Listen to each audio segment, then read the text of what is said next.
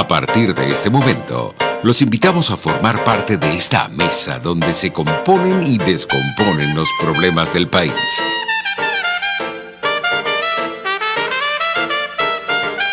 RCR presenta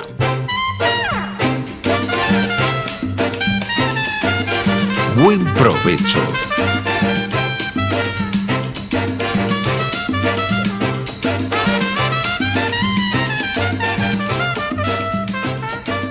Buenas tardes, querida audiencia global.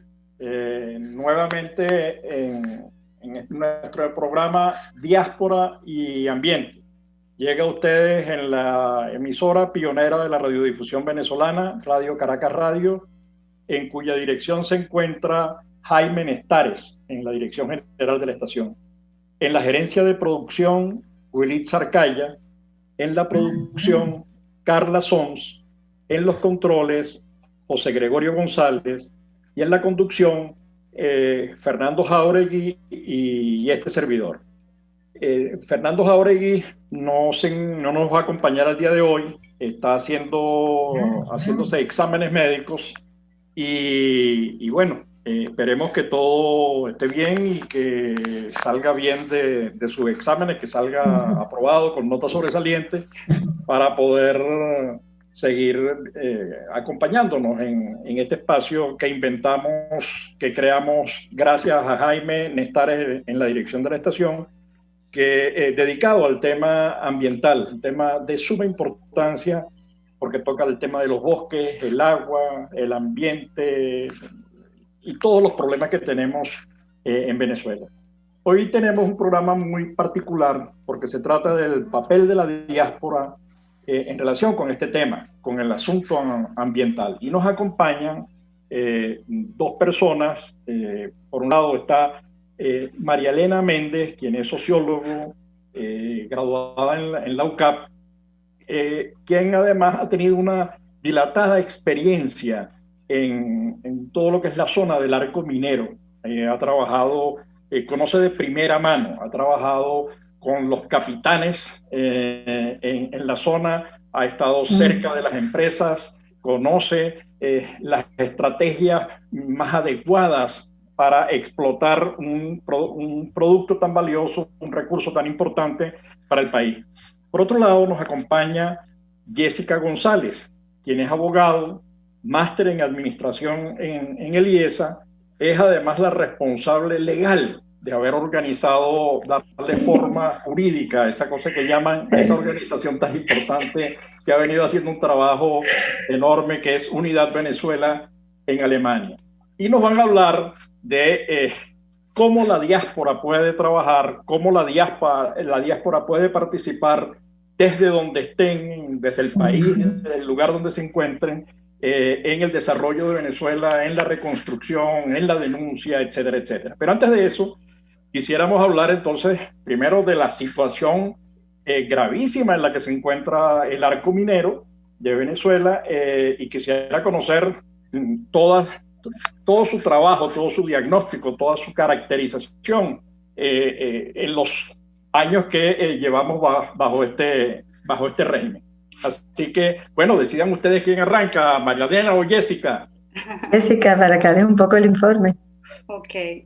Bueno, antes que nada, muchas gracias, Tomás, por esta amable invitación para nuestra asociación Ángel Free Venezuela o Unidos por Venezuela, que sería su traducción al español. Es un gusto compartir con ustedes y con su respetada audiencia el trabajo que llevamos a cabo en torno a Venezuela desde aquí a Alemania. Me gustaría hablar un poco sobre la historia, una breve introducción sobre nuestra asociación, que se trata de un movimiento que luego de una pausa en su activismo fue reactivado en el año 2019 de la mano de su presidenta Milsi Liebetzeit y demás miembros. Estamos registrados como asociación sin fines de lucro en Alemania desde octubre de 2020, el mes pasado. Nuestro objetivo principal es promover la integración de venezolanos migrantes en Alemania, así como informar y denunciar la violación de derechos humanos y daños medioambientales en nuestro país. Y aquí viene la relevancia del arco minero del Orinoco, que es precisamente uno de los productos directamente vinculados con el objeto de nuestra asociación. Y bueno, considerando el año pasado, inicios del año pasado, lo que ocurría en esa zona, se decidió elaborar un informe que lo documentara. Su autora es la vicepresidenta de nuestra asociación, la ingeniera Nora Estrada, apoyada por otros integrantes del comité que se conformó a estos efectos, como Nina Hoffler. Este informe contó con la asesoría también del diputado Américo de Gracia y la cooperación de otras asociaciones de venezolanos en Europa. No, pero y entonces, ¿cómo se ha construido ese informe? ¿Dónde se ha colocado? ¿Dónde se ha presentado? ¿Qué contiene? Primero felicitarlos porque esa organización, aunque adquirió forma jurídica recientemente, ya viene trabajando desde hace un tiempo. Yo recuerdo haber estado en 2016 en Colonia presentando los resultados del trabajo nuestro, del estudio de la diáspora venezolana, con una enorme capacidad de convocatoria, con un grado de participación muy grande. Y bueno, ha sido un trabajo que se ha venido desarrollando. Recientemente hicieron otro convocado bajo el lema "La diáspora es un activo". Yo creo que se está demostrando cómo la diáspora es un activo. Díganme entonces qué contiene ese informe, qué contiene ese trabajo que vienen realizando, además de los componentes. Antes quería yo decir algo. El informe tiene un toque afectivo también. ¿En qué sentido? En que las dos personas que mencionó Jessica, que están representante de AINHAT, una es upateña, que es Nora, yo le digo la upateña de Upata, es de Upata, y es ingeniero, y Nina se crió en el estado Bolívar. Entonces el informe tiene una metodología, un nivel profesional y además corazón, que yo creo que es importante en este tipo de estudios. Estamos hablando de corazón con conocimiento, sí, claro, conocimiento a fondo. Entonces, corazón con conocimiento, lo profesional es muy importante, así que Jessica puede resumir ese conocimiento. La otra cosa para que sigan, para dejarlo, porque hemos hablado del tema ingenieril, del tema del impacto agua, el impacto del mercurio, cómo se está destruyendo los bosques, etcétera, etcétera. Pero hay una dimensión social que también es importante incluir, es fundamental, no es importante, es fundamental incluir en todo este trabajo. Perdona que te haya cortado, Jessica, por favor. No te preocupes. Ajá. Dale. Bueno, antes de entrar en ese aspecto social, vamos a hacer un breve resumen de lo que contiene el informe.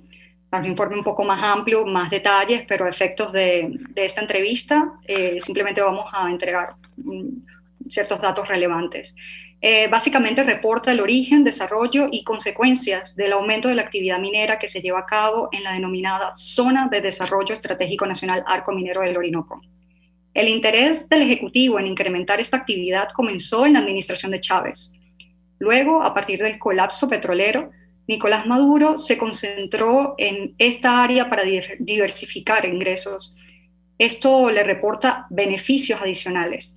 Dentro de esos está que, a diferencia del petróleo, es posible extraer minerales con poca inversión tecnológica, como la vía artesanal, lo cual reporta un altísimo costo ambiental y humano.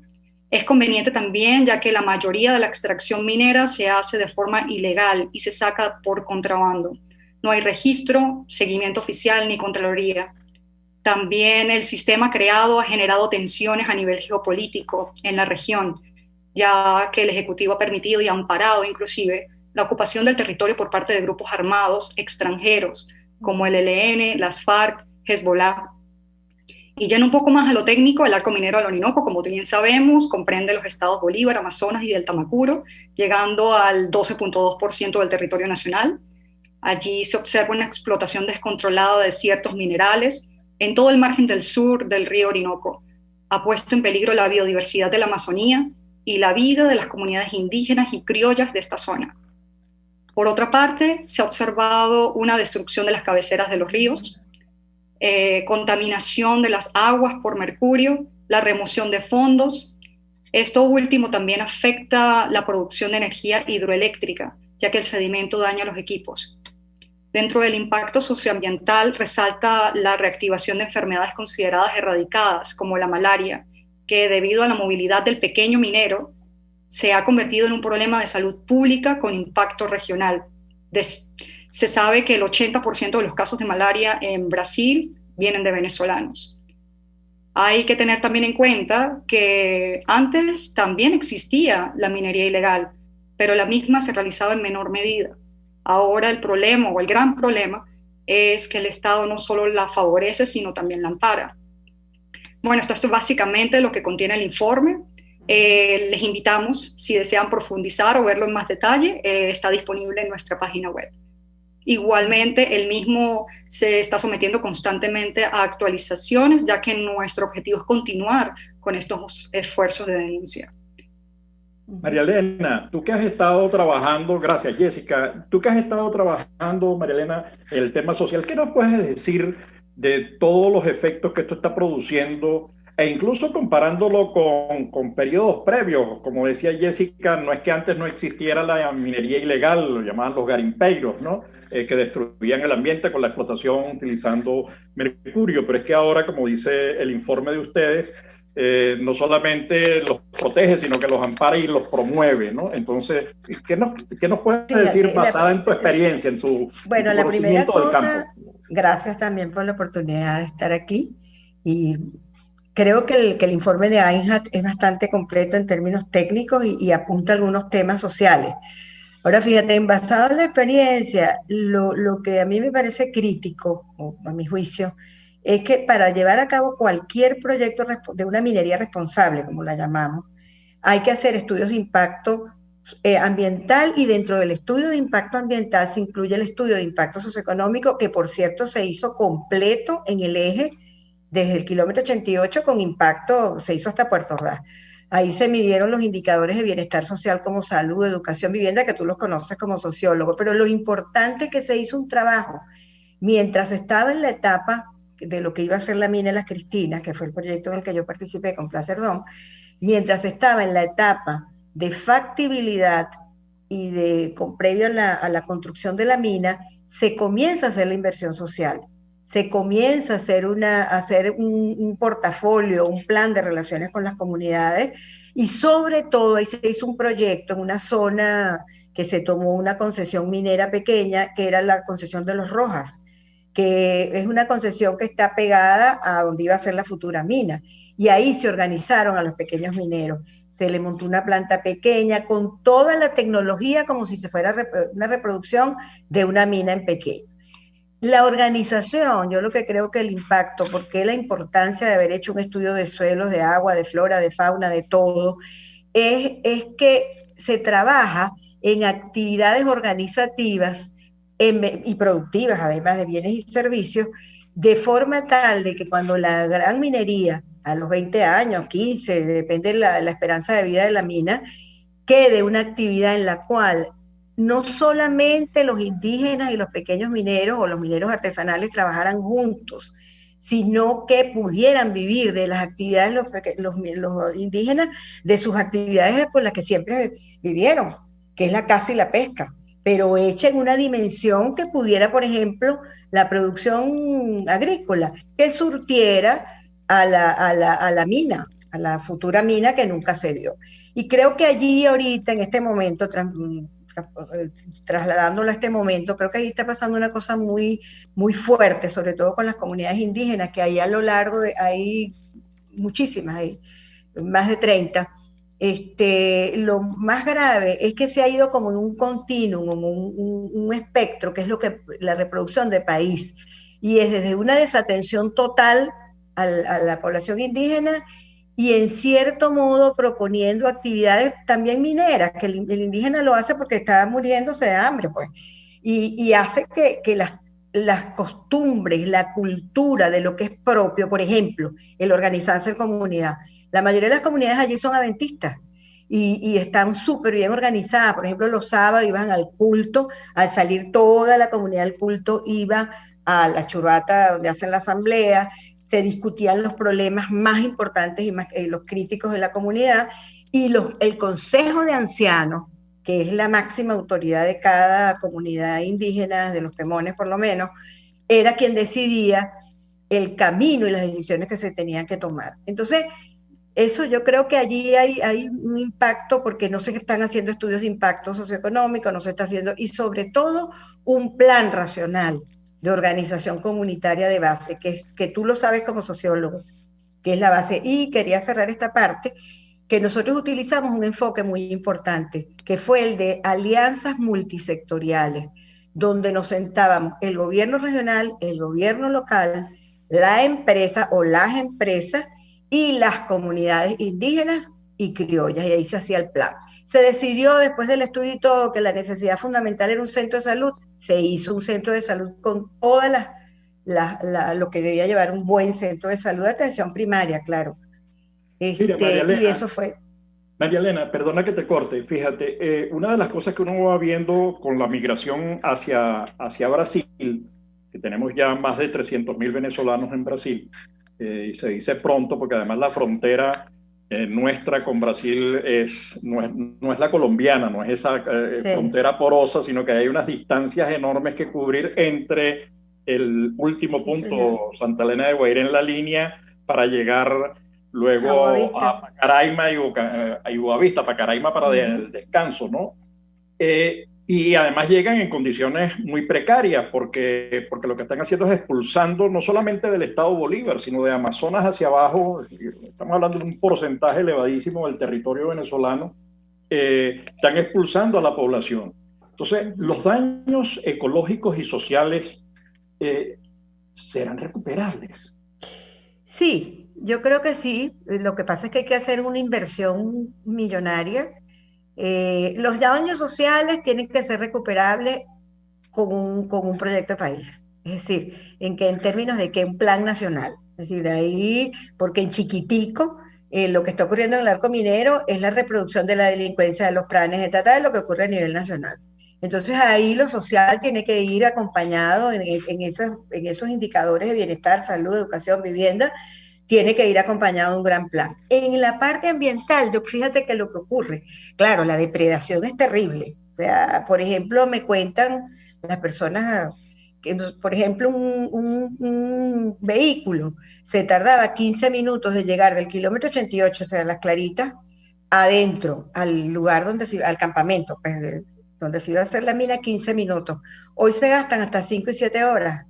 Porque la depredación, los huecos que han hecho, porque claro, el pequeño minero, por darle un nombre, escarba donde sea, donde consiga. Y ahí la característica que tiene esa área concretamente es que la mina, el oro está en la superficie. Entonces, claro, es mucho más fácil descarapelar y descarapelar y de raspar. Entonces, ahí hay una tecnología, que es la misma tecnología que se utiliza en la reforestación, cuando la mina tiene 5 etapas. María Elena, te tengo que cortar porque vamos para publicidad en este momento. Y mejor que me corte, porque no paro. Mejor que me corte.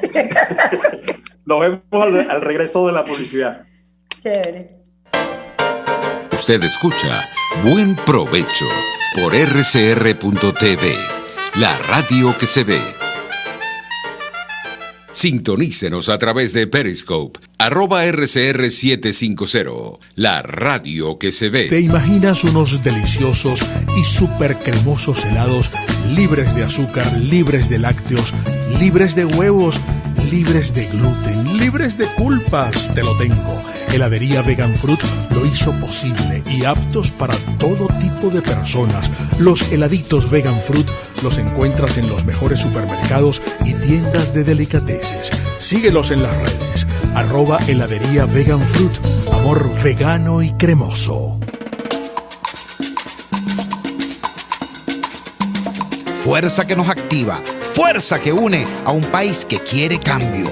Mi nombre es Chuo Torrealba y estoy contigo desde las 5:30 de la mañana para que te enteres de todo lo que acontece dentro y fuera de un país en crisis, un país que quiere cambio y libertad. Unidad, la fuerza es la unión, de lunes a viernes desde las 5:30 de la mañana con Chuo Torrealba, solo por RCR, porque lo bueno une. En la crisis se encuentran las oportunidades. Aquí en Sin Estrés se las mostramos con invitados especiales que nos regalan sus experiencias por una Venezuela mejor. Cada tarde, de lunes a viernes a las 3, desde el emprendimiento, la educación, la salud y el entretenimiento. Por nuestra calidad de vida se nos hace necesario tomar un respiro del agobio diario, dedicar unos minutos a la salud mental y emocional para vivir sin estrés. Sin Estrés, de lunes a viernes a las 3 de la tarde por RCR 750, la radio que se ve. RCR 750 AM. Porque lo bueno une. Los grandes temas se debaten en la mesa. Buen provecho por rcr.tv, la radio que se ve. Y síganos en Twitter, @RCR750. Diáspora y Ambiente con Tomás Páez y Fernando Jáuregui. Ya de regreso a nuestro programa Diáspora y Ambiente, nos acompañan, nos están cediendo además su tiempo y muy agradecidos por ello. María Elena Méndez, sociólogo con experiencia en el tema que estamos abordando, con una amplia experiencia en el tema que estamos abordando, digamos, conoce el terreno, ha participado directamente, ha sido responsable de la coordinación de asuntos de algunas empresas que intentaron modernizar la explotación del oro en Venezuela, y hoy estamos en la era de las cavernas. Y nos acompaña también Jessica González, abogada, máster en administración en el IESA, ambas miembros de la organización venezolana en Alemania, Unidad Venezuela, y vienen desarrollando un importante trabajo. Nos habíamos cortado a María Elena en el tema social, y yo quisiera, antes de darle la palabra a ambas, porque yo creo que este es un excelente ejemplo de lo que la diáspora puede y está haciendo. Ya entre diputados, representantes, dirigentes, y vamos a necesitar, en Alemania y en Europa, y vamos a necesitar de ellos mucho apoyo técnico y muchos recursos financieros para recuperar la situación, el grave deterioro que ha sufrido Venezuela. Solo quisiera, para que continúen expresándonos lo que han hecho, una pregunta. Las organizaciones ambientalistas en el mundo denuncian a Bolsonaro rápidamente por las quemas en el Amazonas, ¿no? No las que hacía Evo Morales o las que se hacían en Bolivia, sino las de Bolsonaro, ¿no? Pero las de Venezuela, todo este tema del arco minero, que además tiene unas implicaciones ambientales horribles, nadie dice nada, ¿no? O dicen muy poco. ¿A qué creen ustedes que obedece esto? Pero eso como complemento a la pregunta anterior. Díganos cuál ha sido la respuesta que han obtenido del trabajo que ustedes han realizado en relación con este tema, donde además hay otras personas que conocen también el asunto que nos ocupa, el arco minero en Venezuela. ¿Lo quieres decir, Jessica? ¿O lo digo yo? Sí, bueno, el tema con la receptividad del caso de Venezuela, conforme a nuestra experiencia, ha sido muy bueno en todas las puertas que hemos tocado. Algunas de ellas no han sido abiertas, hay que decirlo también. Sin embargo, en términos de funcionarios públicos alemanes, europeos, organizaciones dedicadas al medio ambiente, todos se han prestado a conversar con nosotros, a conocer del tema, se han mostrado interesados en trabajar conjuntamente para difundir el caso de Venezuela aquí en Europa. Por ejemplo, en diciembre del año pasado, en cooperación con Beneuropa, nuestras representantes expusieron estas denuncias del arco minero del Orinoco en rueda de prensa y sostuvieron reuniones con 6 eurodiputados de distintos países de aquí de Europa. También en el marco del Parlamento alemán, desde el año pasado, incluyendo principios de este año, también hemos llevado a cabo reuniones con distintos diputados alemanes en Berlín, a los cuales les hemos hecho entrega oficial del informe del arco minero, el cual hemos procurado traducirlo tanto al alemán como al inglés, a los fines de lograr una completa y acertada difusión, porque ese tipo de cosas también hay que tomarlas en consideración en una dinámica como la que nos encontramos. Entonces, posicionar el tema de Venezuela creo que es muy importante como punto de partida para ese futuro al cual usted está haciendo mención, por ejemplo, y que conozcan realmente qué es lo que está pasando aquí. Ya no sabemos por qué es que desde un punto de vista comunicacional, ya en plataforma de medios, por ejemplo, de grandes medios, no se le da la misma importancia que el caso de Brasil, por ejemplo.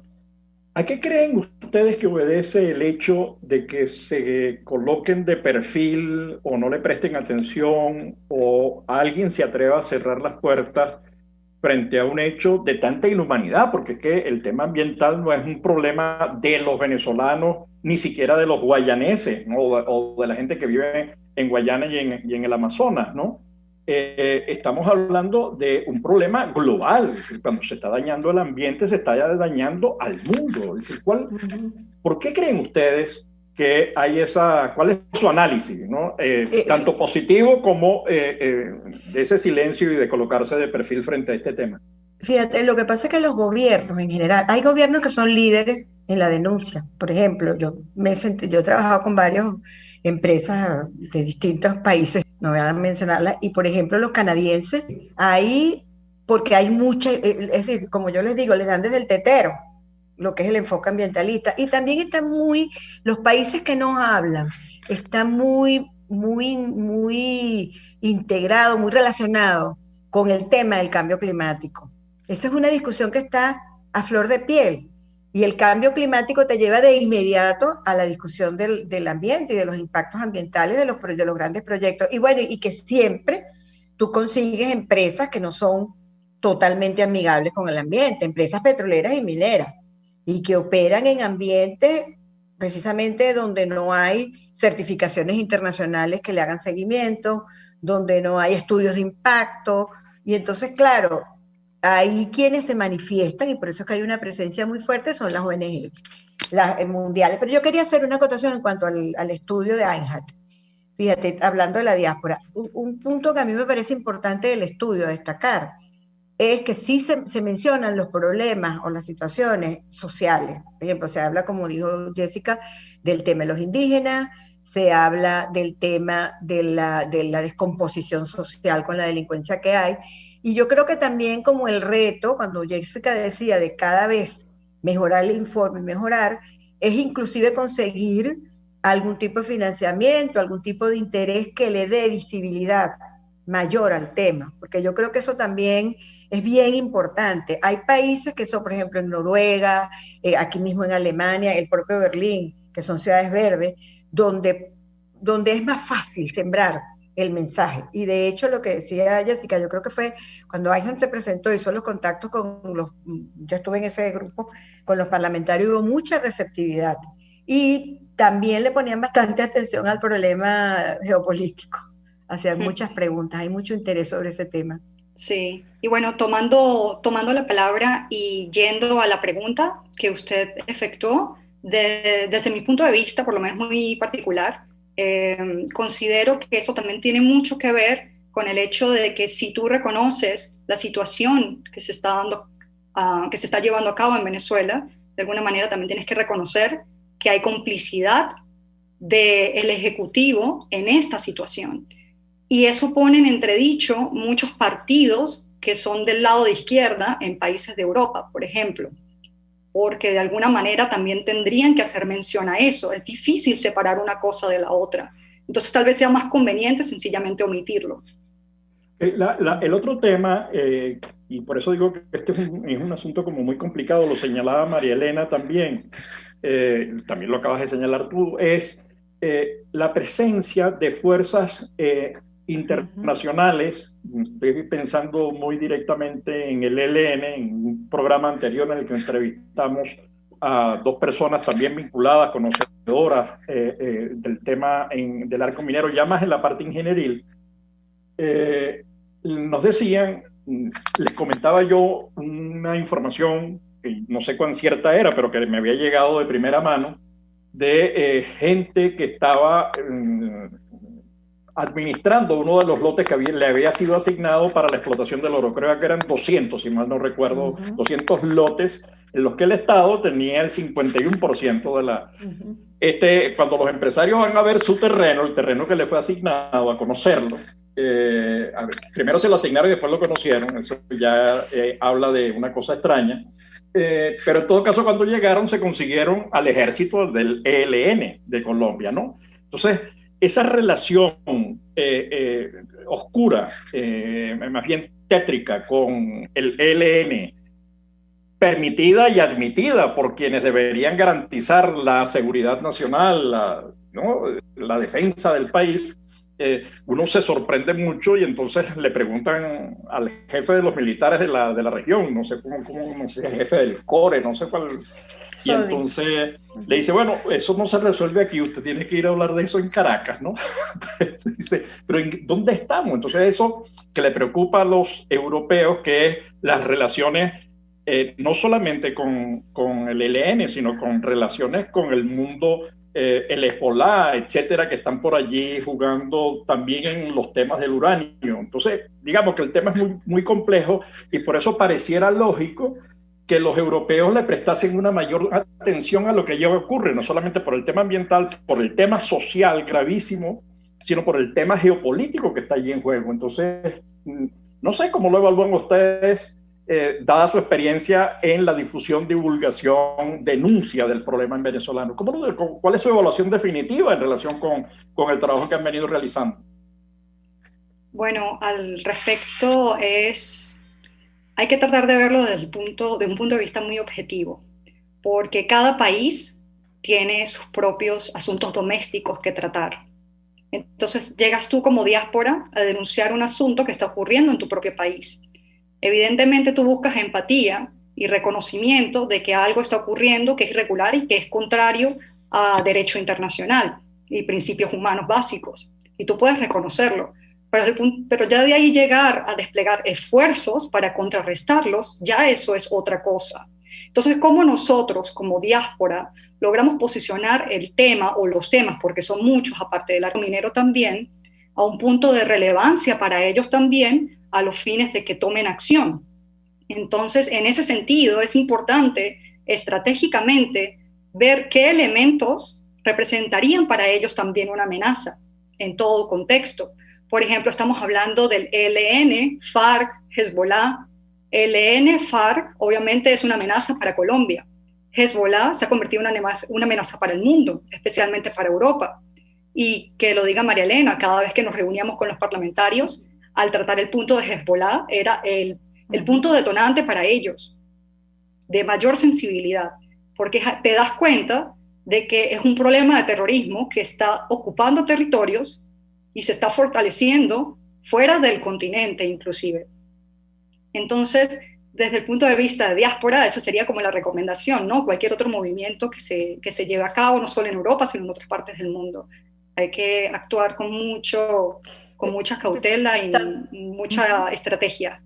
Ok, nos quedan unos segundos, así que por favor vayan cerrando María Elena y Jessica. Bueno, creo que es una gran oportunidad el trabajo que tú también estás haciendo con la diáspora. Y como estamos hablando de alianzas y de ser multisectoriales, yo creo que el reto que tenemos ahora es saltar esa barrera y trabajar unidos en red. Yo creo que el reto mayor que tenemos es que cada uno en su área vaya desarrollando las fortalezas que tiene, proyectos. Si Ainhat está que es un punto que no tocamos, que con asilo y refugiados, estamos con el arco minero, que vayamos fortaleciendo esa red en lo que seamos algunos buenos y en lo que seamos menos buenos, pero juntos, porque es la única alternativa que tenemos para salir de nuestra situación de crítica, como está ahora en Venezuela. Oye, de verdad que mil gracias a María Elena Méndez y a Jessica por habernos cedido su espacio, por haber compartido la experiencia que desarrolla la diáspora, en este caso en Alemania, en este caso con el arco minero. Hay otras experiencias. Me llevo varias ideas centrales, ¿no? Creo yo. Una es que hay que hacer que los temas toquen la forma de presentarlos, toquen la sensibilidad de las personas con las que uno está conversando. Es decir, para un europeo, Venezuela es un país lejano, pero cuando tú le hablas de que allí está Hezbollah, de que allí está el ELN y la FARC, que no son solamente un hecho colombo-venezolano, es un hecho que trasciende, que allí está metido de alguna manera los vestigios del Foro de Sao Paulo, pero también el Foro de Puebla. Bueno, ahí entonces estamos hablando de otra cosa, estamos hablando de otra dimensión que ya está tocando, incluso rozando algunas fronteras de países europeos. Así que, de verdad, Jessica... El tema de derechos humanos también. Claro, y yo creo que además que en este informe de la Comisión de Determinación de Hechos, la segunda parte, y además ellos lo dicen explícitamente, no pudimos dedicarle al tema del arco minero, pero creo que ahora sí lo van a hacer, y hay muchos casos que evidencian la violación permanente, sistemática de los derechos humanos en la región, de los derechos económicos de todos, de los derechos a la vida de todos, de los derechos ambientales. Comida, salud, todo, delincuencia. Todo. Bueno, me gustaría unos segundos para cerrar. Cierra. Sí, para cerrar muy pequeño, que nuestra asociación no solamente, como se indicó, se enfoca en el tema del arco minero, se enfoca en muchos otros temas más. Les invitamos a visitar nuestra página web, Einheit-Venezuela.org, nuestras redes sociales también. Allí hay una cantidad de información sobre ayuda, información útil en el proceso también de migración y de incorporación aquí en Alemania, por ejemplo, y asimismo las actividades que tenemos en puerta. Y a participar en la organización. Claro que sí, les invitamos a unirse como miembros, ¿cómo no? Nos encantaría, la verdad. Chao. Gracias, de verdad. Tomás. Muchas gracias. Saludos a todo el equipo y bueno, nos seguimos viendo a nuestra querida audiencia el próximo viernes. Esperemos que ya Fernando se haya recuperado del todo y se pueda incorporar. Así que seguimos con Diáspora y Ambiente el próximo viernes a la misma hora. Adiós. Diáspora y Ambiente con Tomás Páez y Fernando Jáuregui. RCR presentó Buen Provecho. Síganos en Twitter en @RCR750. RCR 750 AM, porque lo bueno une. RCR presentó Buen Provecho, una producción nacional independiente con certificado número 22.388 para dar cumplimiento al artículo 14 de la Ley de Responsabilidad Social.